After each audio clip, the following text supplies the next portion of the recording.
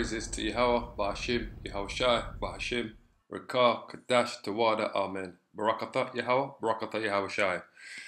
Okay, today we're going to talk a little bit about debt. The debt that these countries are holding, the debt that corporations are holding, the debt that individuals are holding, like your mortgage, your credit card debt. I'm just going to go into a little bit about the debt, what's going on around the world, because we've always said this, I've always said this, that this is going to play a massive part in the bringing in of the new financial system, which will represent the mark of the beast, which will be the RFID chip, because we're gonna move from all of this paper money, coins, credit cards, to an electronic chip that's personally tagged to people, and basically it's going to come with all these free, what we say in England, it's going to come with all the whistles and bells, basically, which means every little,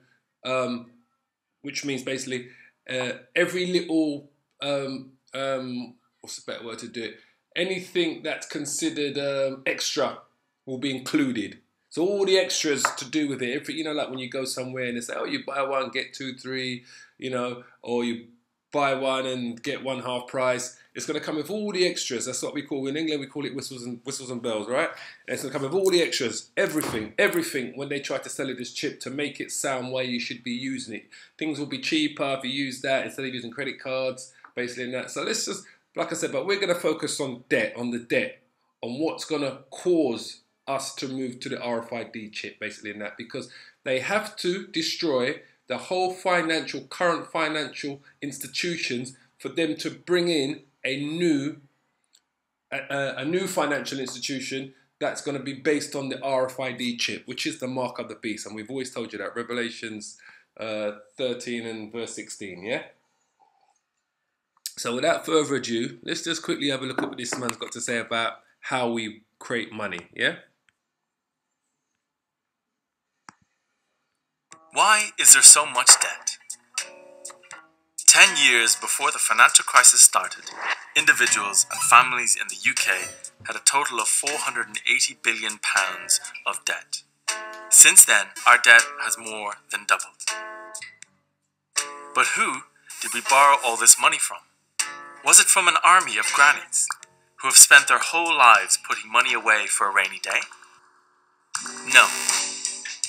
When you go into a bank and borrow a large amount of money to buy a small amount of house, that money doesn't come from somebody else's savings. It's just created out of nothing by the bank with a few taps on a computer keyboard. Sounds crazy, right? But this isn't some crime of the century. It's just the way the banks work. Here's how the Bank of England describes it. When banks make loans, they create additional deposits for those that have borrowed the money. Those additional deposits are just the numbers that appeared in your account, which you can use to pay for your new house.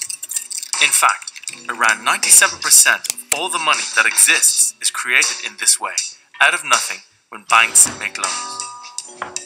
Every loan they make creates brand new money in the economy, whether it's a personal loan, car finance, or mortgage. Now, here's the problem. If almost all the money we use is created by banks when they make the loans, then for every pound of money, there has to be a pound of debt. If we want more money in the economy, we have to go further into debt to the banks, because more borrowing from banks means more new money is created. But the process happens in reverse when we repay loans. When we pay down our debts, the money effectively disappears. This makes it impossible for all of us to reduce our debts.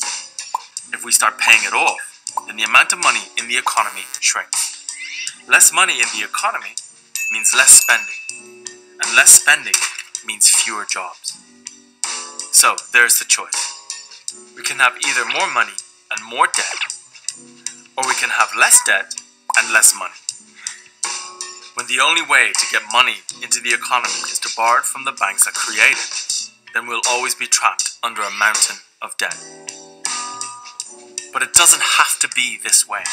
If we took the power to create money away from banks, and instead have money created by a public institution that isn't chasing short-term profits, then this new money, as it supports jobs and the economy, could be used to pay down the debt, and we could finally start to clear this mountain.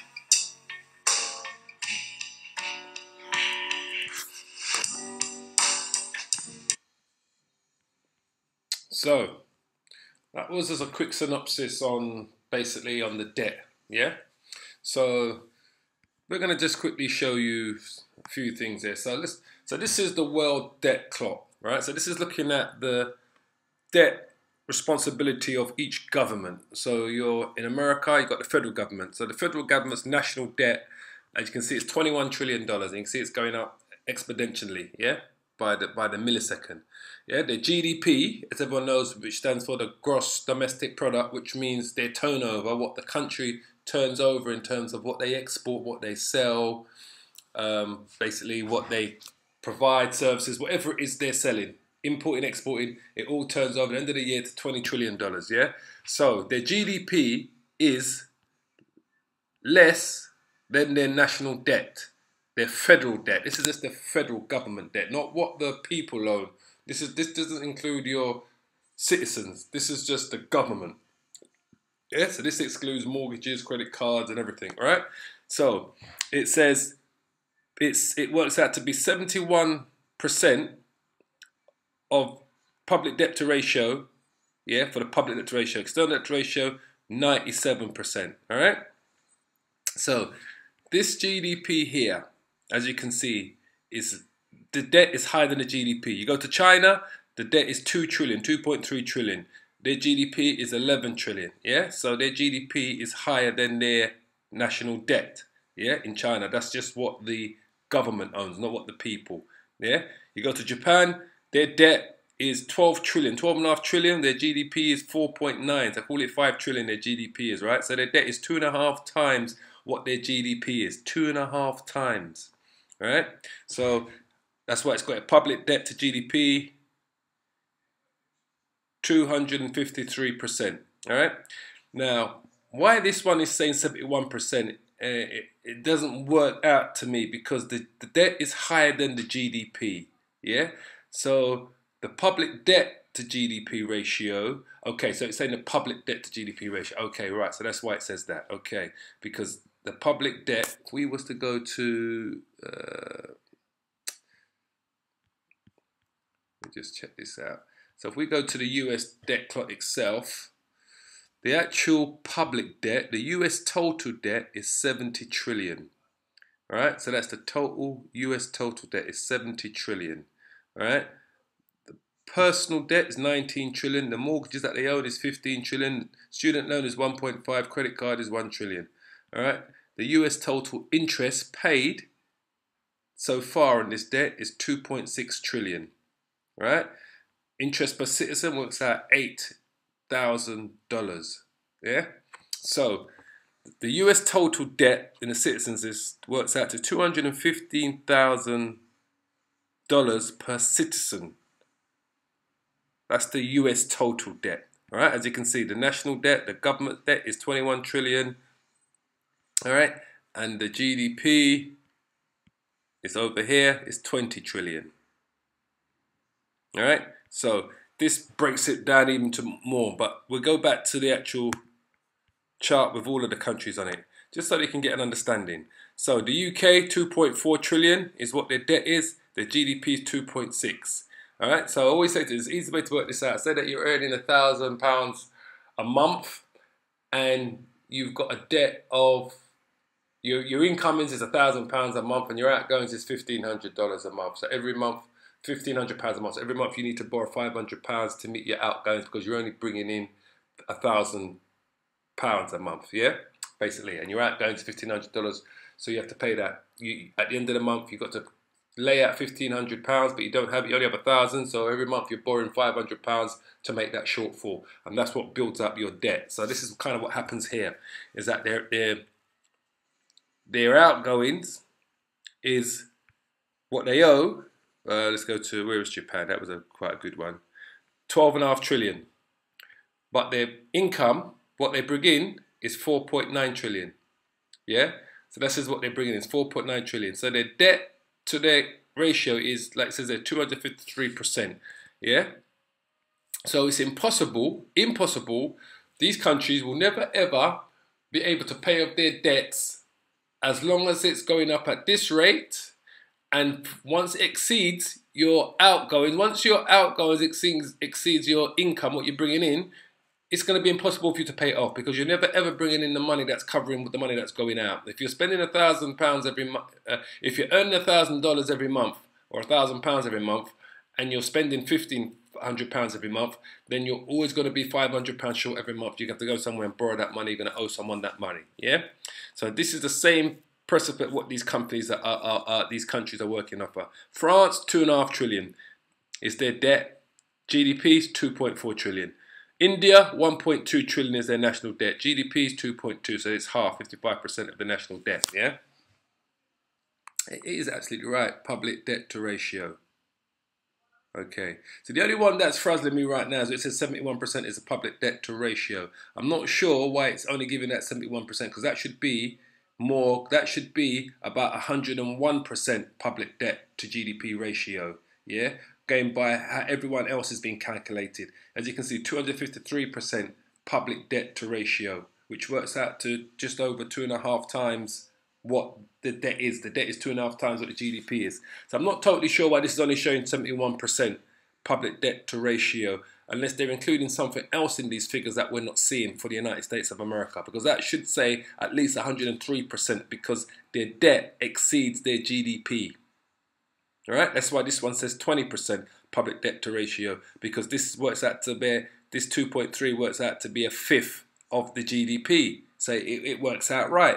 The debt is a fifth of their GDP, which is 20%. So I'm not sure why this one says 71%. They've obviously included some other figures in the USA's accounting, and I don't know where or what. It should say 103. All right, that should say about 103% or sorry, 105%. That should say public debt to GDP ratio, but for some reason it says 71%, which I'll have to look into a bit later to find out why America's one is different from everyone else's calculation. All right, but anyway, let's just quickly go through this. Italy, 2.5 trillion. All right, so this is a perfect example. Italy's debt is 2.5 trillion. Their GDP is 1.8 trillion, which makes their debt to GDP, which is what it should say here, 136%, which is correct. All right, because their debt exceeds their GDP. All right, Brazil 1.3 to 1.7, yeah, 75%. Canada 1.5 to 1.5, so it's, can you see, 99.98%. So 1.5 trillion is their debt. 1.5 trillion is their GDP. 99, so their debt to GDP works out to 99.9%, and this is why I say America's one shouldn't say 71.9. I don't know why they've got that worked out like that, because their debt exceeds their GDP. All right. So anyway, Greece, 358 billion is their GDP. Right?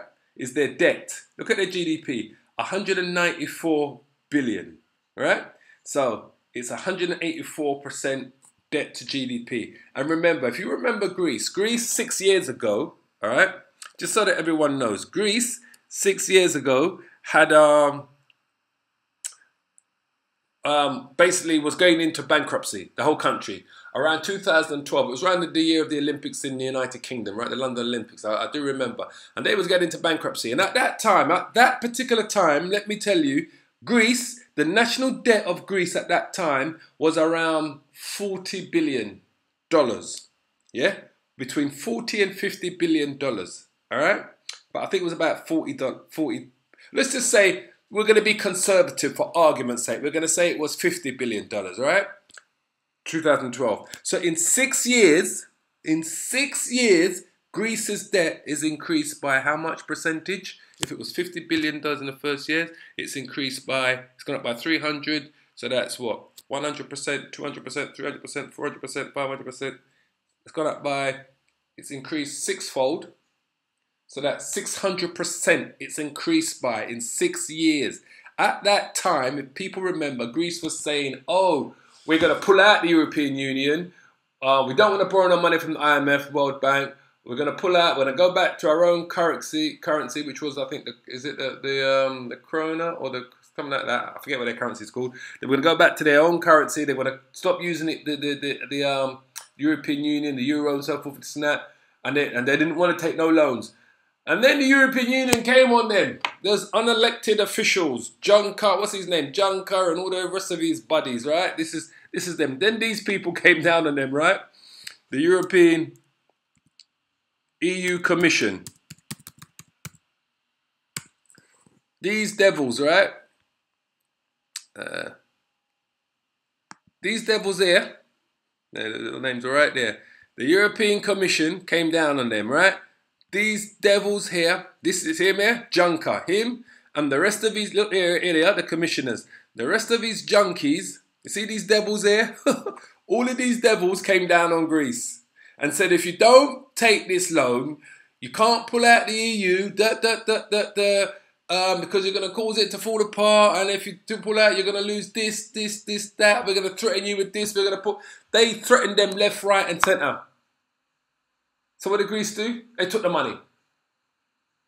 The people didn't want the money, but the government in Greece took the money because they said it's the only way of keeping their economy alive, and all the threats they was getting from these unelected Edomite officials in Europe, right, was giving them orders, telling them what they need to do. These are all these unelected Edomite officials. These are all commissioners that run the European Union, that not a single soul voted for any one of these devils to be in power. They elected themselves, all right? They forced Greece to take that loan. Greece took the loan, and now Greece has gone from being, where are you? Come on, let's go to that lovely debt clock. $50 billion in loan to $358 billion. So if we was to, because you just need to see this. Greece, original,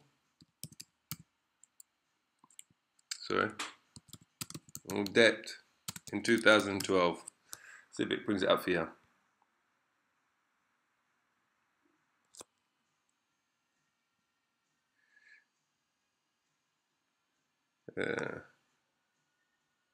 They might show you here. This is a paper from 2012. Let's have a quick look.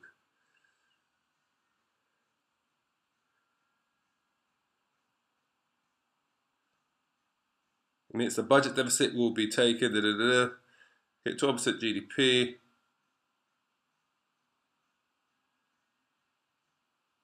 Okay, March 2010, Greece announced a major austerity plan, increasing VAT and tax, cigarettes and alcohol. Downgrades Greece credit ratings from A- to BP+. So see where they took the money when they first took the money.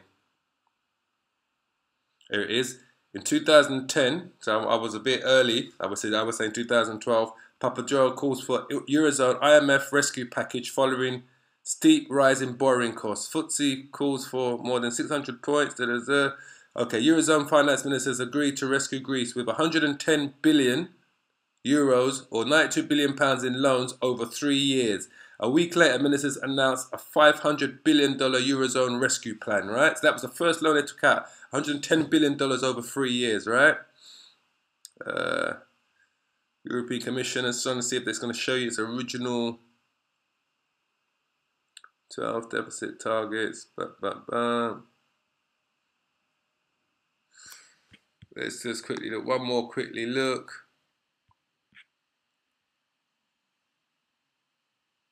Okay, I wonder this might show it to us, how it all unfolded. It says a tragedy in 3 parts, how the Greek debt crisis unfolded, right? I'm using them as an example because they are a perfect example of your average European country. After 5 years of pushing recession, which wiped out a quarter of GDP and led to an alarming 60% rate of youth unemployment, see this 60% rate of youth unemployment and 20% wage deflation, right? On July the 5th, the Greek people overwhelmingly voted against the bailout conditions. And remember, they voted against it, the people, in a referendum. And what did the government do? Turn around and said, well, forget about what you voted for. We're going to do what we want to do.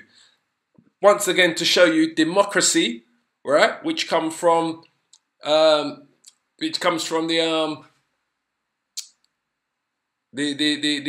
Latin word diablo, yeah, democracy, which means demon rule. All right. It says, they only seem likely to push them further into a downward spiral. Then on Monday, a deal was presented, which set draconian conditions for a third bailout worth 86 billion. That was the third one. Remember, the first one was 192 billion, right? And for liquidity support for Greek banks from the ECB, which is the European Central Bank, which might avoid, see it there? Grexit, which means them bailing out of the EU. And in England, we call it Brexit because we're bailing out. We've seen that this institution is run by frigging cronies and bankers, right? So Britain is pulled out of it now. Brexit will be out next year, March, completely. Right, but which exceeds the ferocity of the king of the post-war reparations meted out. It said the loss of the financial legislation sovereignty signals intervention that goes beyond the presence of an inspector of creditors in Greece. Right, so let's see here. Let's go down a bit. Since its election in January, the main message for the Syriza government to the Troika, which are those European commissioners, these are the Troika here. This is the Troika here. This is what they're talking about when they say the Troika. They're talking about these devils here. All right. It says the Troika of creditors, the European Commission, well, it says it right here, the European Central Bank and the International Monetary Fund has been that Greece is close to bankruptcy and is unable to meet its debt repayments. There you go. They couldn't even pay. It's impossible, right? On June the 30th, Greece defaulted on 1.6 billion loan repayment to the IMF. This came amid capital controls, bank holidays, and a €60 limit on ATMs. €60 limit on your own money in the banks that they had in Greece. And this is why I say to people, don't keep all your eggs in one basket. Because when these devils are going to shut down the system, it's going to happen overnight and it's going to happen on a bank holiday weekend, which gives them 3 days to do whatever they need to do. So when you come back on the Tuesday to work or to school or whatever, everything is going to be changed. Because when they're ready to shut this system down, man, they're going to lock it down on one of those long weekends, which gives the authorities enough time to do the work that they need to do to implement the new system. All right? So it says, this third capital bank, see, holidays, see, I didn't even see it said bank holiday there, but it says that this came amid capital controls, bank holidays and a €60 limit on ATM withdrawal, because it happened over the bank holiday for them. A debt substantially analyst released by the IMF on July the 5th and updated since gave the very same message as Syriza that Greek debt was unsustainable. Unsustainable. What does unsustainable mean, right? Let's quickly look it up, right? It said the Greek debt was and we're using Greece as an example for all the other countries that we're speaking of, all right? Just so that you know this. Unsustainable. Let's have a quick look what that means. Unsustainable. Not able to be maintained at the current rate or level. Not able to be upheld or defended. Well, they can't uphold this loan. They can't pay this current rate. The IMF pointed to them the need for a debt relief on a scale that would need to go well beyond what was being under consideration today. Until then, the premise of the Greek creditors had been, and it continues to be, the view of many in the Eurogroup that Greek debt is sustainable if only the Greeks were less feckless and continued to tighten their belts. Right? So remember, they made the whole of the civil servants in Greece take a 25% wage cut. Right? They increased everything from electric to gas. You got no idea what they were doing to the poor people over there. Faced with these kinds of racial slurs, it's important that some key facts are made clear. How did Greeks borrow so much, right? So I sort of see when they came up, show you the first one. What was their original debt?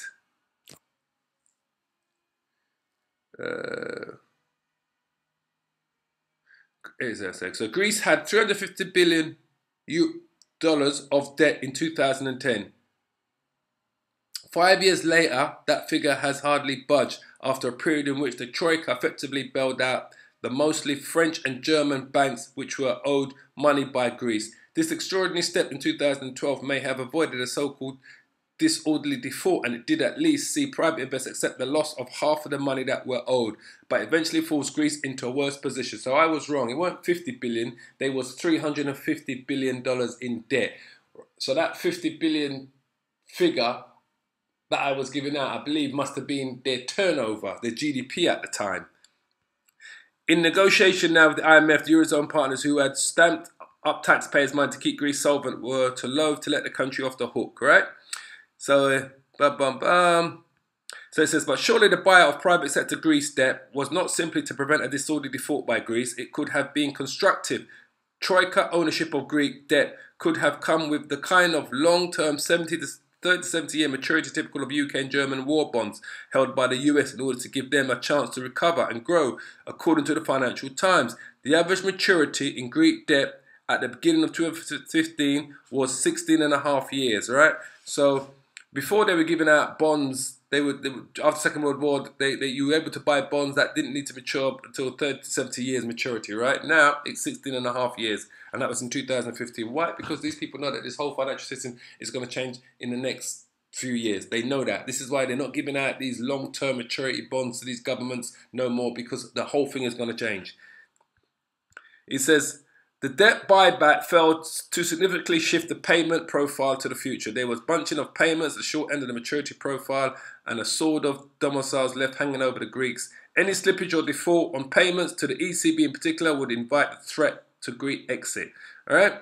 So it all smacks of inability to face reality. The IMF had to maintain a fiction of the solvency of the Greek government in order to make a loan to Greece in 2010. Are you listening carefully? But in 2012, it was clear even to board members, including India and Brazil, that in order for Greece to pay the official creditors back, the debt rescheduling must make allowances for the macroeconomic conditions. Fast forward to this month, and it is arguably that the explicit IMF acceptance of the need for debt relief was the crucial concession which at last won Greece some allies in France and Italy in the Eurozone.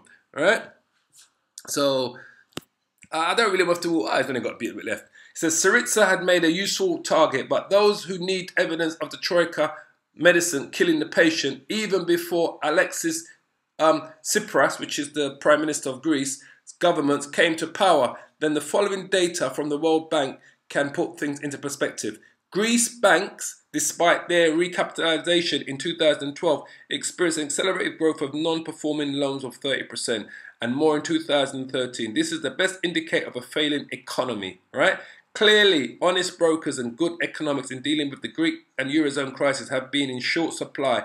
The objective of the Troika should be to kickstart growth in Greece and make the vehicle for debt repayments rather than aim to implement austerity and regime change, which have sunk two previous governments and sent the Greek economy into a tailspin. Because that place is finished, all right? It's like it says, nothing, the debt has not gone down, even though they wrote off half of their debts, all right?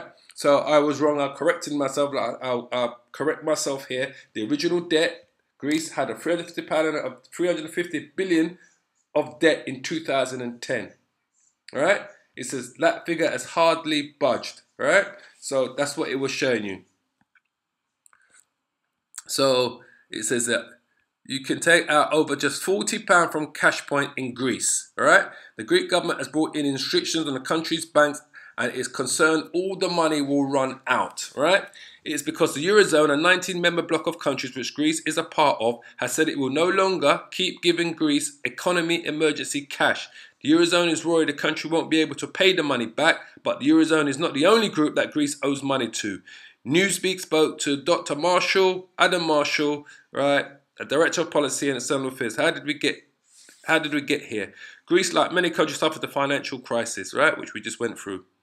Who does Greece owe money to? Greece owes International Monetary Fund, IMF, which is a global lender of last resort, helping people in difficult situations. It owes the European Central Bank, which basically runs the euro, which I told you before. It also owes the European member states, and it owes private investors. So Greece owes money to a lot of different creditors. What's happening now is that some of these debts are due. The Greeks have a deadline to pay up, right?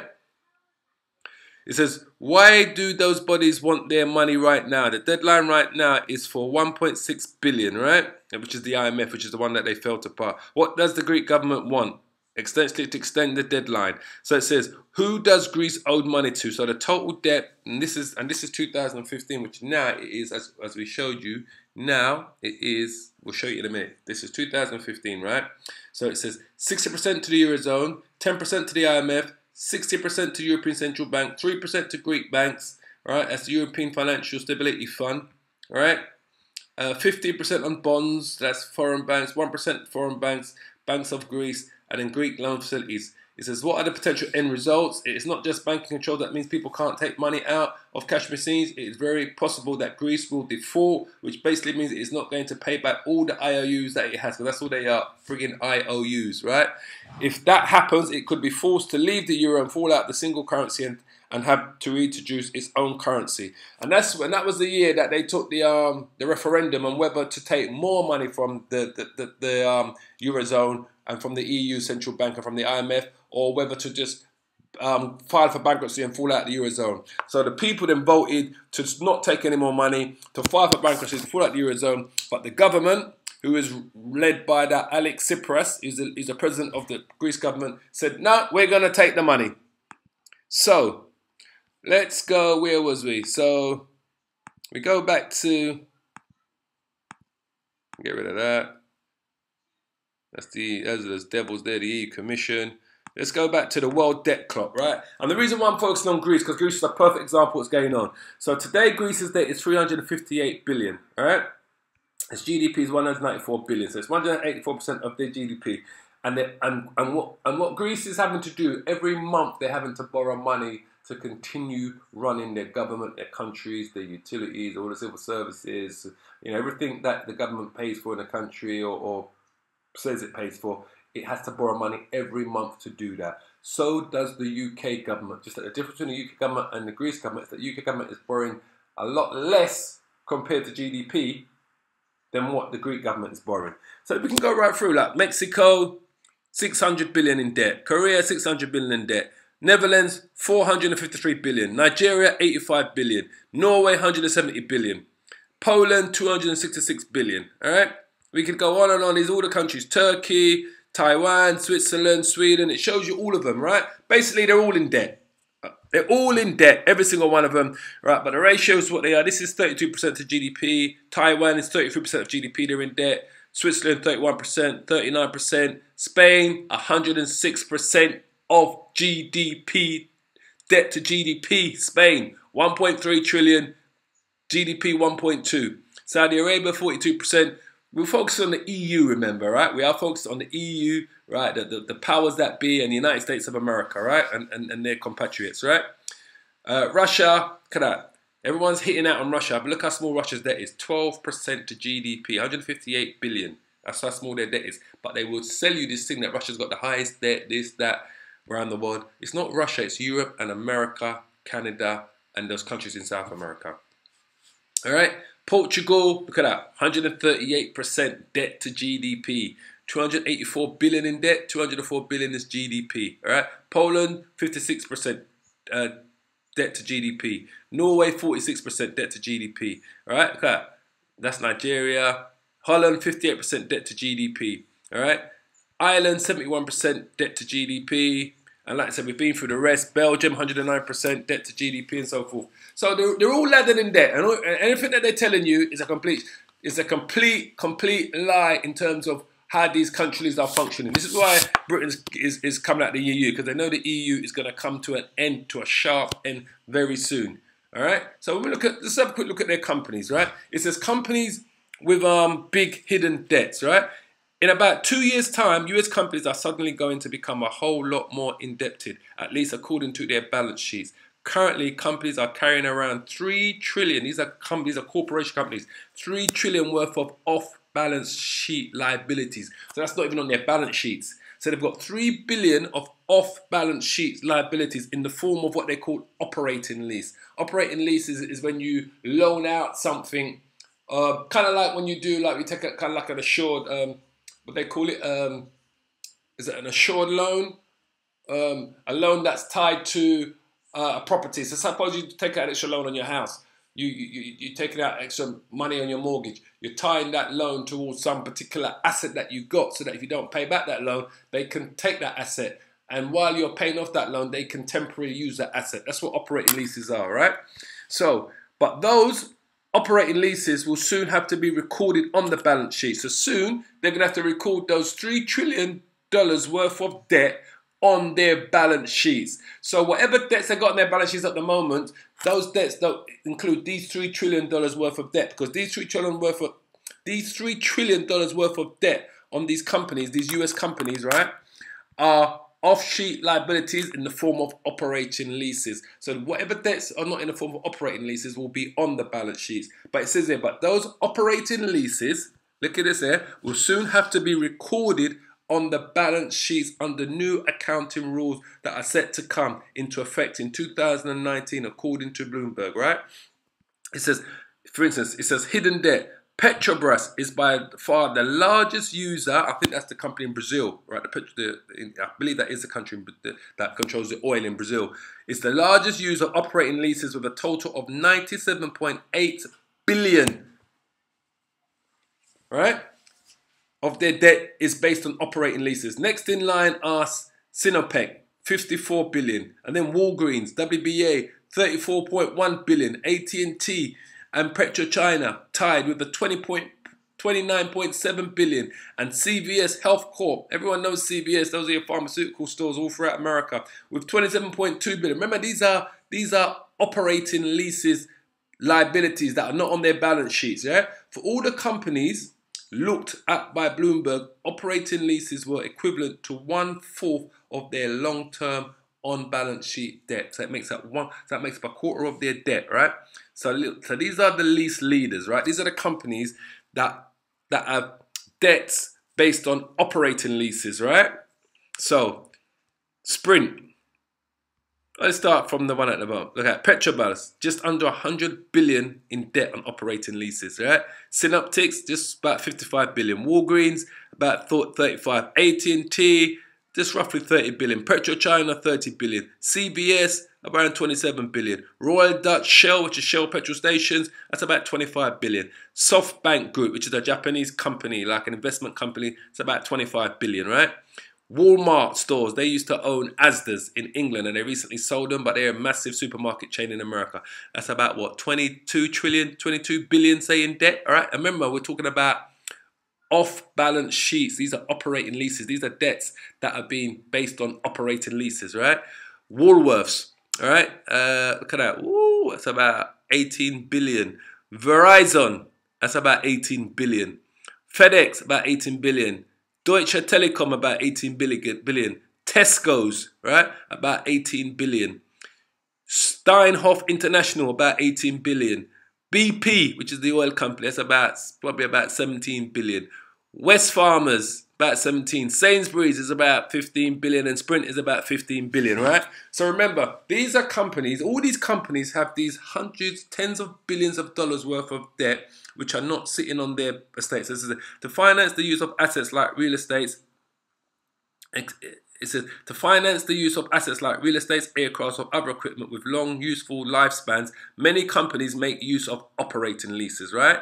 So, which represent a rental, telling you right here, which represents a rental agreement of an asset from a lessor. Yeah, as a rental agreement, a lessor is able to make use of an asset without having to add the asset and associated rent liabilities to the balance sheets. Yet, the rent liabilities are still obligations that require future payment, and thus they are not that different from the debt, right? So we read that again. It says to finance the use of assets, this is what an operating lease is, right? To finance the use of assets like real estate, aircraft, or other equipment. So these loans are based on having these things available that these companies own to the people that provided the loans, right? With long, useful lifespans. Many companies make use of operating leases, which represent a rental agreement, see, so they're of an asset, which could be like it says real estate, aircraft, right, whatever, yeah, of an asset from a lessor, right? As a rental agreement, a lessor is able to make use of an asset without having to add the asset and associated rent liabilities to the balance sheet. So, let's see that. A lessor is a person who rents land or property from a lessor. The lessor is also known as the tenant, right, and must uphold specific obligations as defined in the lease agreement. And by law, the lease is legally binding document, and if the lessor violates its terms, he or she can be evicted. That's who the lessor is, right? And let's look at who the lessor is. That's the person who's giving it out. A lessor, in its simplest expression, is someone who grants a lease. As such, a lessor is the owner of an asset that is leased under agreement to a lessor, right? So the lessor would be the company that's done the agreement with the lessee, which would be the bank, to take the loan to say this is the agreement that you can have to do with my aircraft. So if we look up what an operating lease is, right, just so you do get an understanding, what is an operating lease?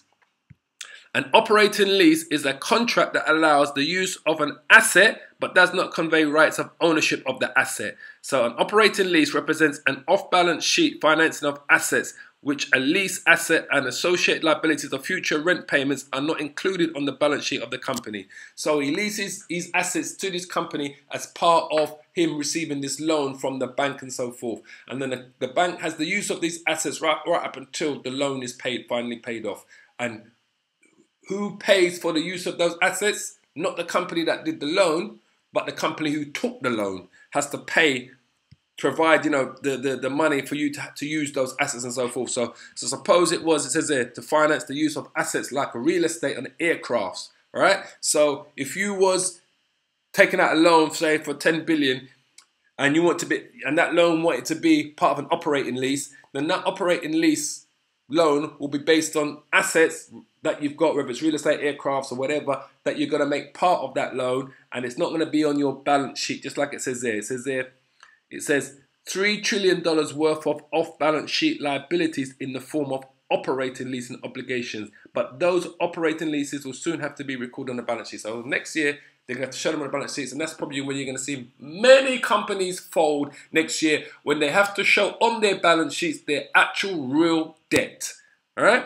So let's quickly go to, we haven't even pulled out a scripture yet, right? But let's go here. Let's start with Habakkuk, because this is the one really that we're going to hit them with, right? So Habakkuk chapter 2 verse 6. Probably took half an hour, I haven't spoken one scripture yet. Habakkuk chapter 2 verse 6. Shall not all these take up a parable against him, and a taunting proverb against him, and say, woe to him that increases that which is not his? How long? And to him that ladeth himself with thick clay. And what does that mean? That means debt. So woe to him. It says, shall not all these take up a parable against him, and a taunting proverb against him, and say, woe to him that increases that which is not his? How long? And to him that ladeth himself with thick clay. The word thick clay, if we look at it, it's talking about, when it says lad himself with thick clay, in the Hebrew is abayat. Yeah? That's what it is in the Hebrew. Abayat. So Strong's H 5671. Avtit. Abtit. Pronouncing it wrong, I'm saying abatit, abayat. Abtit. All right, let's have a look at what the definition of that is. The lad himself with thick clay. Weight of pledges, heavy debts. So what these corporations have done, they've laden themselves with thick clay and heavy debt. They've laden themselves with weight of pledges. And what were the pledges? The pledges are what? Well. The pledges are what? The operating leases.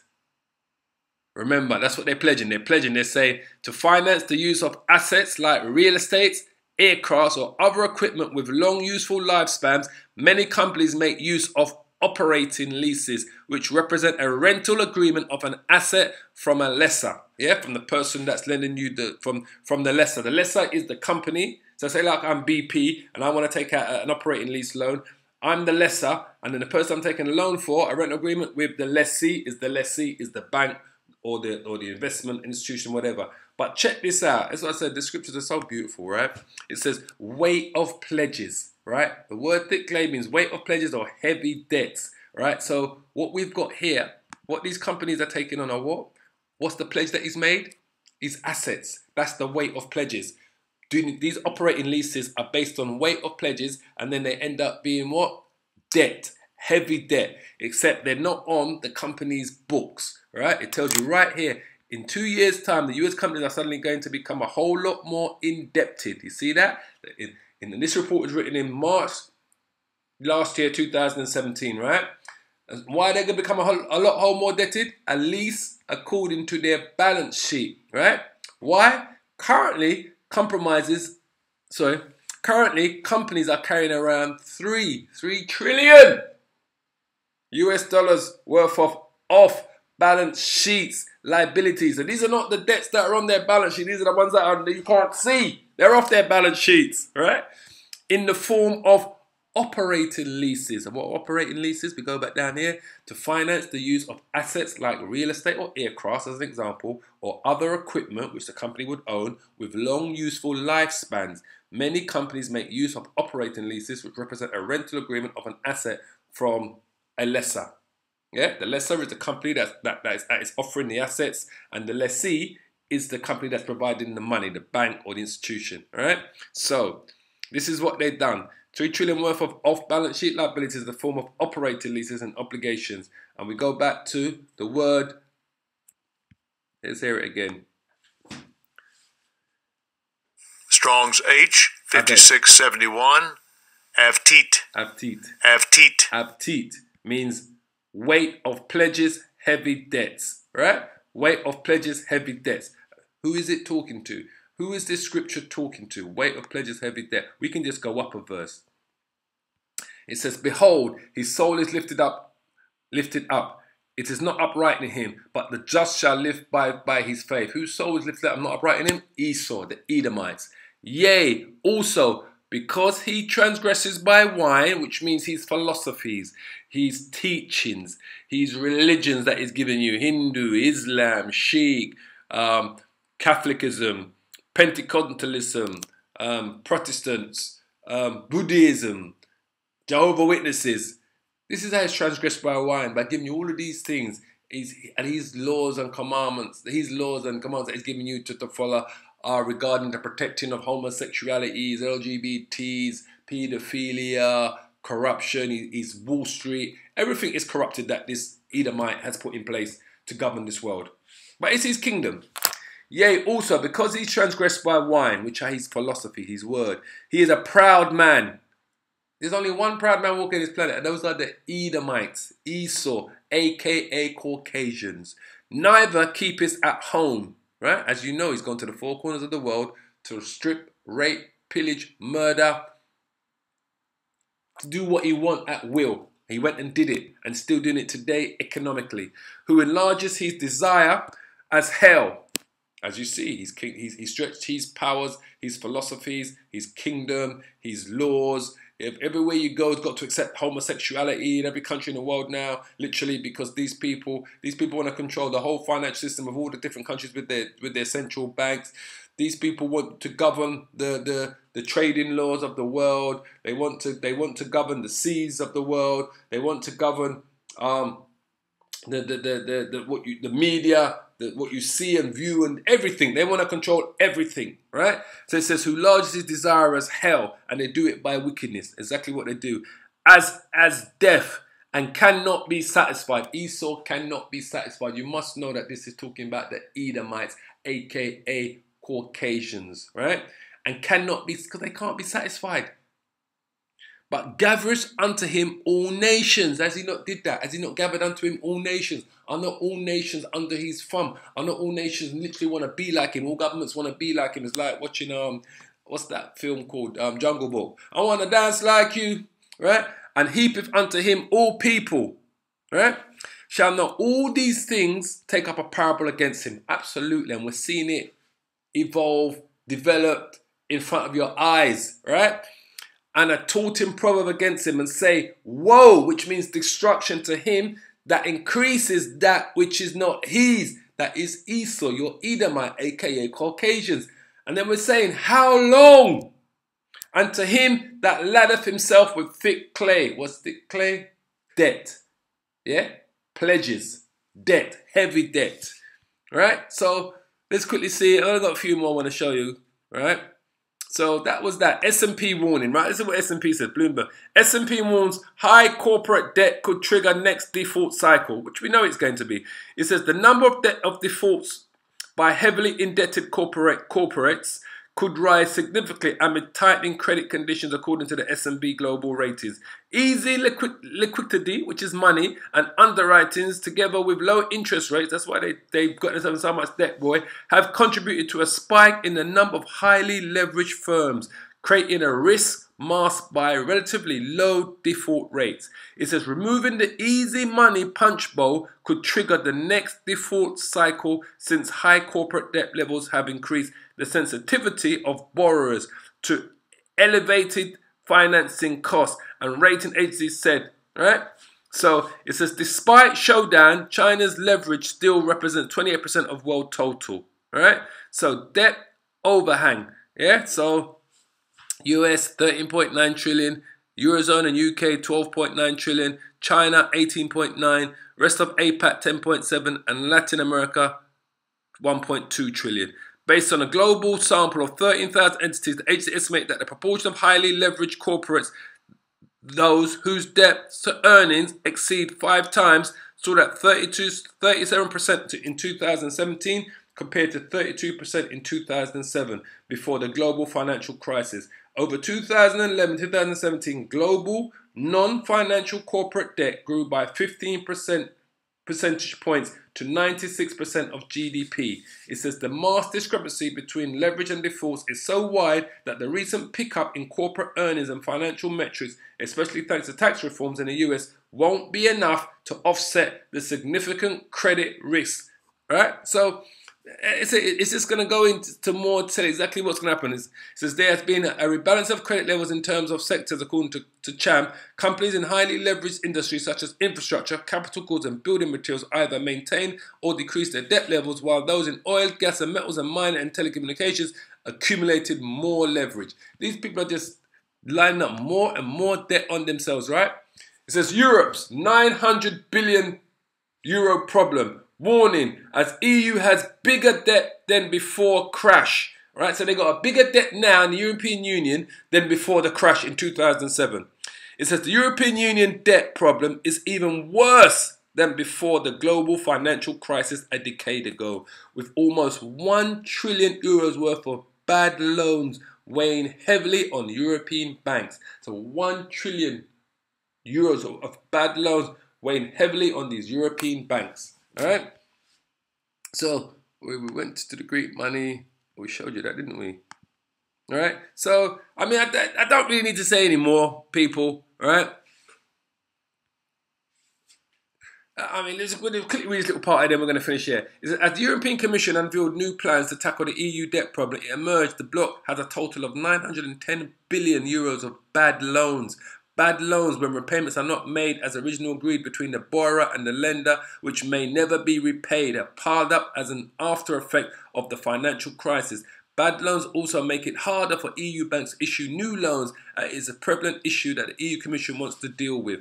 The European Commission wants banks to be able to get rid of bad loans more easily and is considering adopting a new system which would prevent banks from being able to accumulate bad loans. You know what that new system is going to be, people? RFID chip, right? So we're going to find out a couple more scripts I want to read to you. Sorry. So we're going to go to Revelations 13 and I think 13 and 16 I want.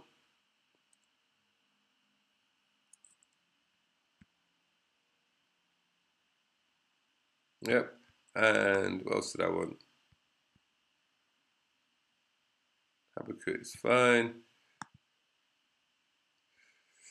Right, so Revelations 13 and 16.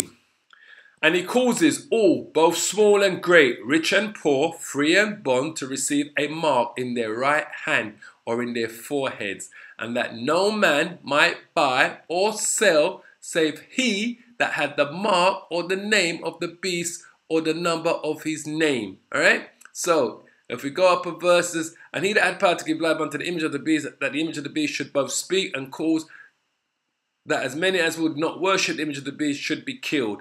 And he causes all, both small and great, rich and poor, free and bond, to receive a mark in their right hand or in their foreheads. And we always tell that the word mark them is charagma, which means incision. Yeah, stamped mark inside your thing. Yeah, mark, charagma, and it will mean incision. Stamp, a stamp or imprinted mark, which is going to be the chip, the RFID chip, right? So, how do we get there? Let's go back to, what did they say? We're going to finish on this one, right?